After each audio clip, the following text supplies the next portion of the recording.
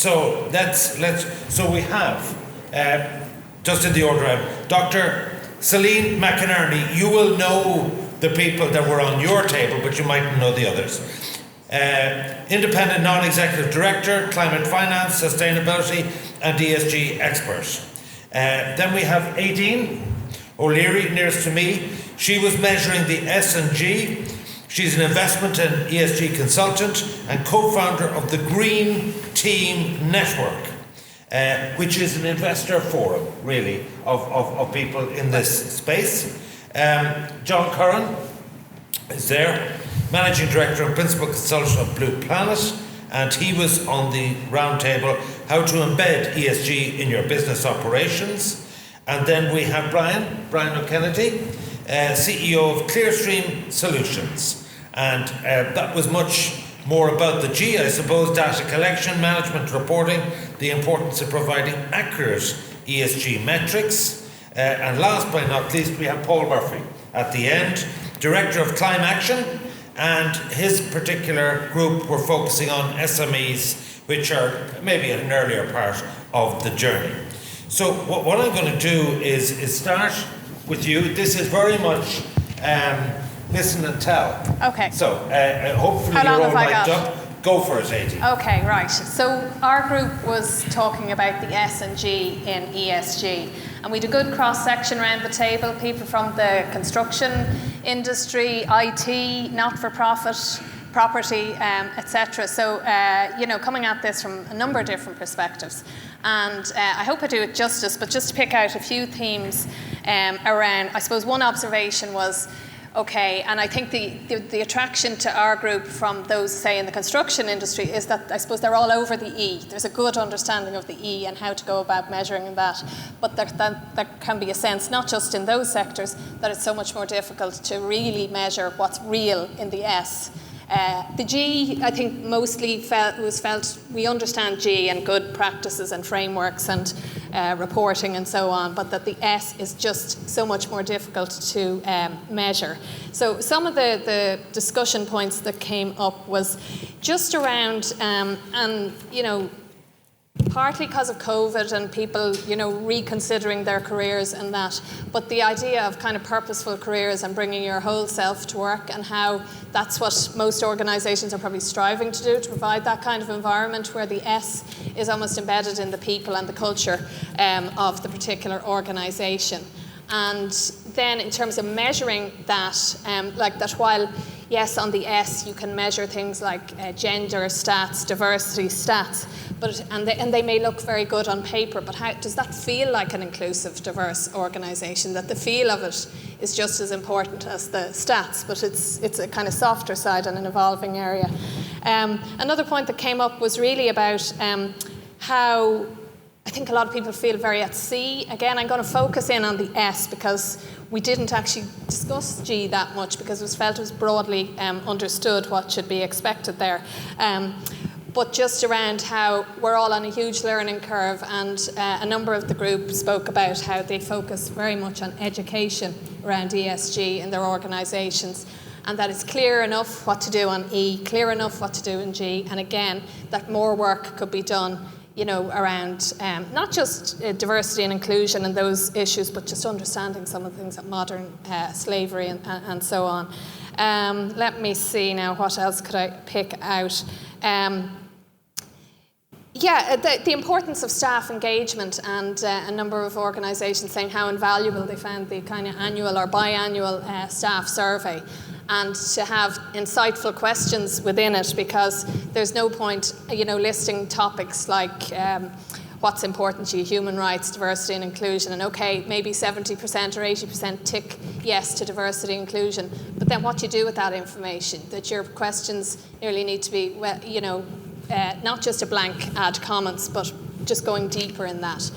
Again, back to the feel of being an inclusive organisation. Then we spoke about procurement and being more sustainably, socially conscious in doing business with others. We spoke about the emphasis on legacy for your organisation, for want of a better way of putting it, or trying to get a handle on what do we want our organisation to stand for, to be known in the community, as an employer, and so on. And there was discussion about recruitment and what workers now look for post-COVID, and the increased emphasis on the expectation of flexible working conditions. And one of the group spoke about how in a recent interview, a recent interviewee asked about flexible working practices and working from home. Whereas if they had asked that question 2 or 3 years ago, pre-COVID, before we all knew it could work, it would have been, are they looking to skive, or what is this saying about the person asking the question? So how there's increased focus on employee attraction and well-being and catering for that whole person at work. And then I suppose, just so as not to monopolise the conversation, and forgive me if I've forgotten some important points, but just to remember the 3 Ps: people, planet, profit, and even a 4th, purpose. But that there's help required out there, and maybe networking and guidance around articulating your story in the S in particular. Excellent. I remember speaking to people who were involved in this famous longitudinal study of very elderly people. And they went around to nursing homes of people over 80, and they asked them how did they feel about diet and how did they feel about money. And then they asked them the question, did they ever have a feeling they'd rather be dead? And by God, it's just when you put the right questions on the survey and, someone ticks that box, you'd rather be dead. You want to wake up and listen to what they're really saying. Okay, John, I'm going to hand it over to you. John, of course, of Blue Planet, and how to embed ESG in your business operations. Thank you, Evan. Again, we had a very good discussion on our table, a good mix of people. We covered, actually gelled with a lot of what Aedín said. Big interest across not just the E. Some people had already covered a lot of the E, but they were also concerned about how they might manage the S and the G. We paired it back to first principles. So coming at this cold, where do you start? What do you do? It's a very, very noisy space, and people are genuinely kind of perplexed as to, well, where do I start? What do I do? How do I do it? And we tried to make it in a way that we would say, well, think about it as a piece of a construction project almost. So the first thing you've got to do is you've got to set out the site. And I saw that as sort of establishing your baseline. Where am I now? What can I measure? What data do I have? What information do I have? And in all of this, we sort of laid over that the importance of leadership, the tone from the top. So if you're trying to build a sustainability strategy, one, it's got to become part of your business strategy. You can't have a separate sustainability strategy and another business strategy over here. You need your leadership talking about sustainability and living sustainability within the business. We had a very good conversation about, when you're the person who's charged with delivering a sustainability strategy and you're trying to engage with colleagues, how do you do that? Well, sometimes you've got to go up to come down. So instead of trying to engage necessarily peer-to-peer, because everybody's busy, you need that stamp of approval from the top. So that whole idea of your leadership and the other leaders around the table need to be all aligned on this and be seen to be supporting it. We talked about, I suppose, once you've established your baseline, and I mean very often for businesses, they can't even establish a baseline because they don't have the information. So one of the first things they might have to do is actually take a step back and create the systems to be able to gather data. How do you know what you've got to gather? Well, then that's when you get into materiality. Materiality means you have to talk to your stakeholders. Who are your stakeholders? Do you know what they want? So that's everybody from your staff, your employees, your neighbors, your suppliers, your customers. So the whole range of stakeholders, understanding what they want. And that helps you to build up a materiality matrix or a materiality assessment. So you're gradually starting to build your awareness and build your knowledge about what it is you need to be doing. And then it's a matter of progressing to policy development and then getting into the nitty-gritty of strategy building. And the strategy building, and it was covered earlier today, you need firm numbers. You need to be able to put numbers on things. You need to be able to measure and report. So you need KPIs, you need targets, you need metrics, and you need ownership. So if you're to develop a strategy, it needs to be against that sort of a framework.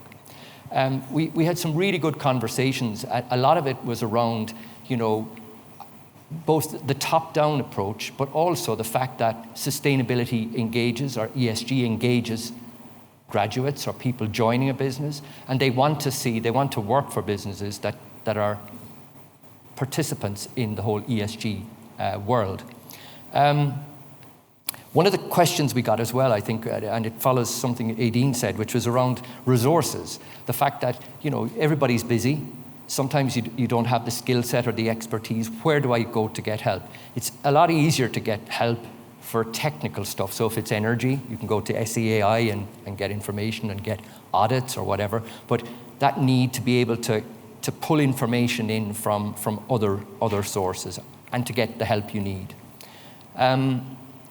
Again, I suppose just to repeat a little bit is around that whole idea that the sustainability or ESG strategy needs to be part of your business strategy. So in other words, it can't be something that is, at the first sign of a bit of a downturn, it gets cancelled and moved away. It needs to become totally embedded within what you do. So I think in terms of, the overall takeaways, I think that the big thing was, it depends very much on the quality of the leadership and what the leadership is putting behind it and making it part and parcel of what the business does. Thank you, John. Okay, Celine, the boardroom. NEDs, there are quite a lot of, I would say, focus on the board now and what they expect of the CEO and the management team. So tell us what you learned. Thanks, Ivan. So our title for our group is What Does the Board Need to Know About ESG? And we discussed a number of things, and I suppose some of the key themes coming out of our discussion is there was a lot of enthusiasm around the table, a lot of interest, and people have started on a journey, but they're very early on in that journey. So there's lots to be done. There was a discussion about resources and the skill sets, and are there sufficient resources being allocated to address the ESG issues? One of the kind of big themes that came out was that there were so many frameworks and standards, people are a bit confused and actually don't know where to start. And in terms of our group of 20, just to have a sense of where people are on their ESG journey in terms of reporting to a standard or a framework, only 4 out of our 20 are currently reporting, even though others have planned to do so. And the standards that are being used, 3 companies at our discussion were reporting to the UN Global Reporting Initiative, 1 to the Greenhouse Gas Protocol, and there was a 5th to an ISO standard around data.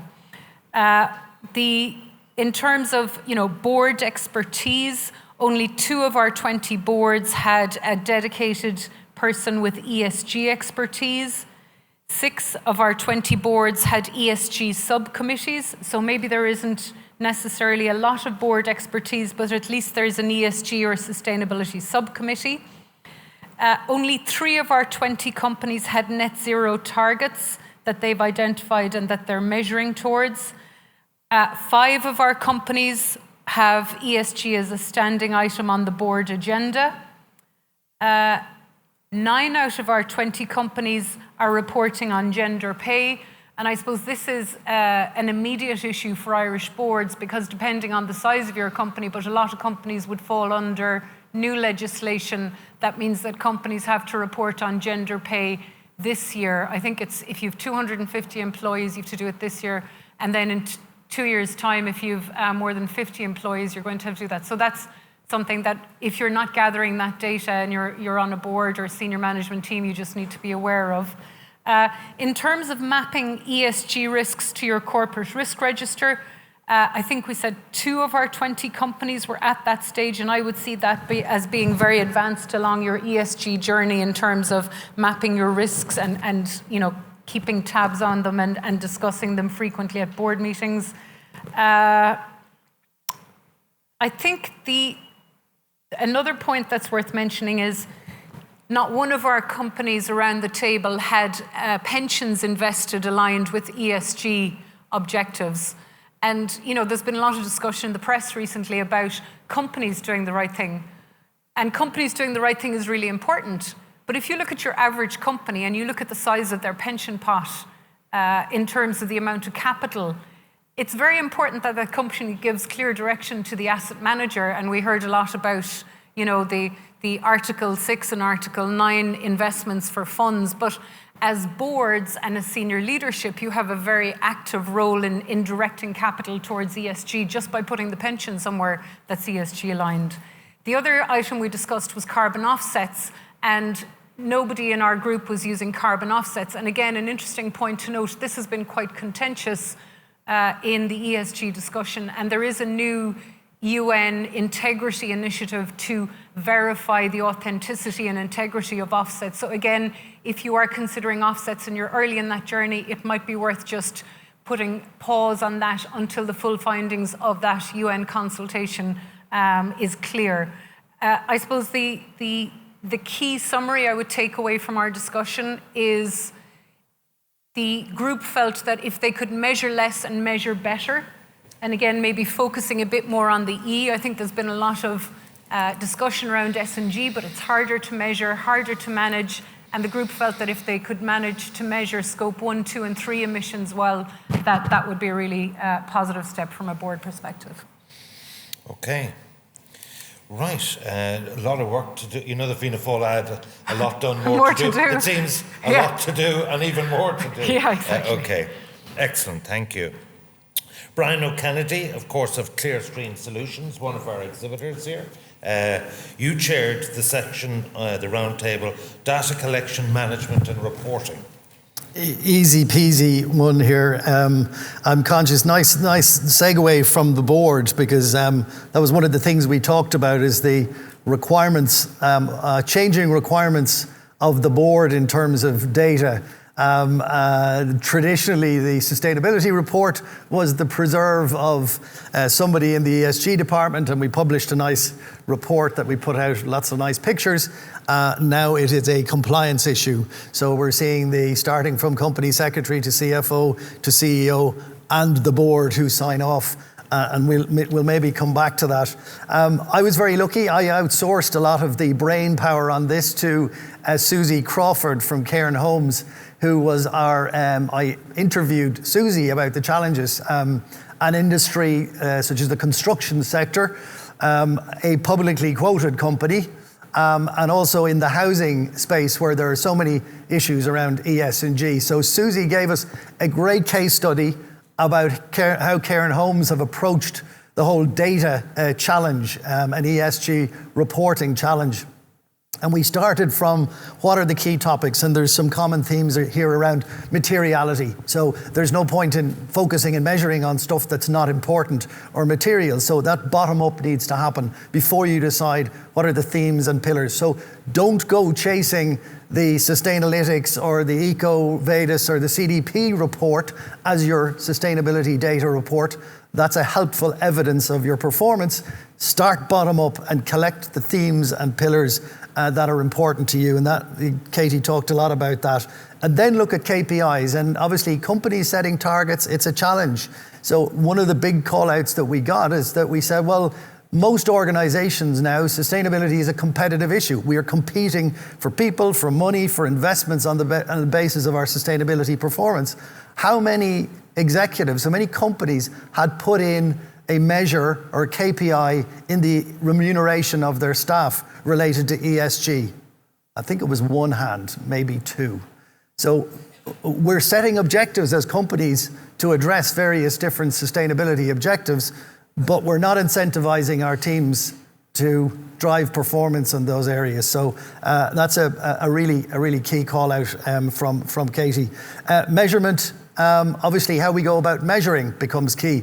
And I have to give credit to Fiona from PwC. She gave us a few beauties as we went through this about comments like, well, let transparency be your friend. So don't be afraid of the number. We talked about the size of scope 3 emissions, particularly in terms of data. Well, what is accurate scope 3 data? It does not exist, right? So we have to be able to talk about the process, how we're approaching it. What sort of extrapolations or averages have we got?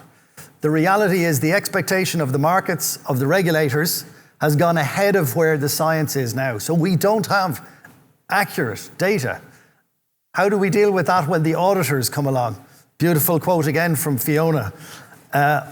Accurate does not mean auditable. So in this context, so remember that, that's, I think, absolutely beautiful. And she gave a great case study of the ability to assess the gender balance in an organization.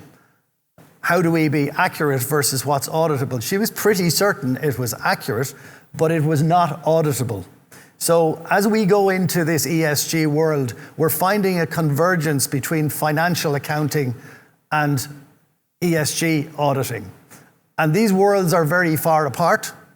And we got some very useful tips and hints about how do you, I guess, bring those two worlds together. And again, some good best practice from Kathy, from Susie on this was bringing finance people onto the ESG team. Again, a number of companies in the space have done this. We need to bring that sort of financial rigor that we're used to into our ESG assessments. So bringing somebody who mentally thinks in terms of how an auditor is going to approach this, where did this data come from, what tools did we use to do this, is really useful. So again, another tip that we found is useful. If you are an ESG person, co-opt, engage, bring the finance people into the discussion. We're very good at collecting financial data in an organization. We're very poor about collecting ESG data. So getting help from the finance team is important. A couple more tips. We talked about tools. We talked about internal data collection processes versus using external tools. And there was a bit of a 50-50 on this one. But I think a lot of people agreed that it made sense to start off with some maybe internal data collection, so getting comfortable with the data internally ourselves first, and then maybe looking externally to have tools that can facilitate more accurate data collection. We talked a little bit about product data reporting. As most of us realize at this stage, all of the action in terms of size of our emissions and data emissions relating to our carbon footprint is in our supply chain, is in our scope 3. A lot of it's in the products. The product data just doesn't exist yet, but we are seeing companies increasingly asking the question. So as a company, if you're preparing to talk to your stakeholders about ESG data, you should be preparing a measure about how you can have an impact on their products and services. So in your value chain, in your supply chain, what's the embodied carbon in your product? And we talked about companies that were doing a good job and how they presented data. Like anything, if you don't have a data plan around ESG data, it's not going to happen. You're going to be chasing around, you're going to be making phone calls. Who's got that data about who's working from home, who's traveling here and there? What's the supplier? You won't get it. So having a clear data plan as to who owns it, what are the tools, when are you going to collect it, what's extrapolation. So we talked a bit about accuracy, whether the term accurate ESG data is actually a fair term in a sense, and how comfortable, and back to what Fiona said, there's that whole theme of transparency being your friend here. In the end of the day, the number is probably not inaccurate, it's probably not wrong, but how comfortable are we to be able to articulate the process that we went through in terms of calculating and reporting that data. And finally, just on regulations, we talked about regulations, what's coming down the track, taxonomy, CSRD, all of these regulations that are pushing us. And the reality is the challenge we have is that the science is not up to date and does not have that evidence to be able to robustly provide that. So we're on a journey. Don't be afraid of the journey. Don't be afraid. I think that was, hopefully it was a bit of a self-help group for those that are struggling with collecting the data. And out of it, they felt more comfortable about how to approach the reporting. Thank you indeed. Indeed, Brian. Now, Paul, sure we'll all need therapy after your few words. This is ESG for SMEs, how to start your net zero journey. And I should say Paul is Director of Climate Action. Yeah, so we had an excellent panel around our table, a mix of both large companies, SME companies, and actual service providers as well. So we started our conversation really talking about the scale of the SME sector. So in Ireland, there's approximately 230,000 SME companies out of the 300,000 companies in Ireland. And when a lot of people and a lot of the panelists today are talking about ESG, we're talking about ESG for large companies. But what we're really not thinking about is that the Scope 3 challenge and the Scope 3 problem that's coming is actually in the SME sector. We talked about the low take-up of SME companies in actually, I suppose, starting their journey. So how we calculated the take-up was really looking at the government supports that are available to SME companies and the number of those that have actually been used by SME companies. And we're in the very early adopter stage for SME companies. We talked then about the main barriers to companies starting on their ESG journey. And really, a lot of it was down to measurement and what do they measure and how do they measure it, because as you all know, carbon footprinting or ESG metrics development is quite a technical subject that a lot of SME companies don't necessarily feel like they have the skills in-house or the time or supports to be able to start that journey. We then talked about the government supports that are available and how there's a gap really in that there's great supports available from Enterprise Ireland, the IDA, local enterprise offices, but if you fall outside of those companies, there is really no financial or other supports available currently. We also talked about data being a challenge for large companies in particular, but at an SME scale, data isn't even a challenge. It just doesn't exist in many cases. And we were talking about how potentially that data could start being created over the next few years, and it was really down to there needs to be regulation. And one of the people around the table actually said that legislation could be a support for SME companies, and I found it very strange to think of legislation as a support to an SME company. I would have thought it would have been a pressure, but really when that legislation comes, the supports come with it, the frameworks start being developed. So we compared it to years ago when health and safety became a real issue, and what we were saying was that ESG and climate action really needs to start being treated like health and safety and cascade down from the larger companies and through regulations and through policies and supports to be able to enact that change of culture within companies. We also talked about the awareness of the supports available to SME companies, and in particular the financial supports that are available.